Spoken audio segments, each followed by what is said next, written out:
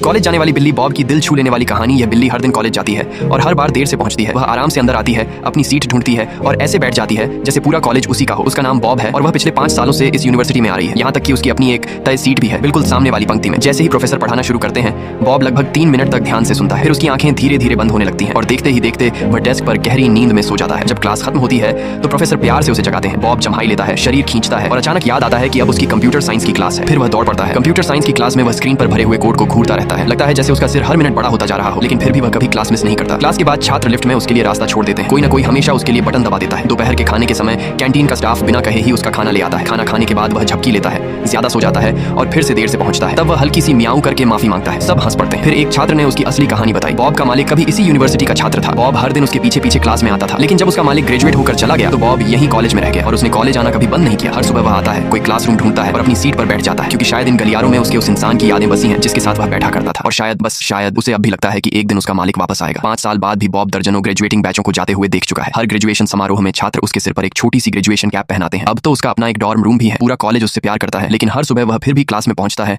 अपनी सीट पर बैठता है और इंतजार करता है, क्योंकि जब प्यार के पास जाने के लिए कोई और जगह नहीं होती तो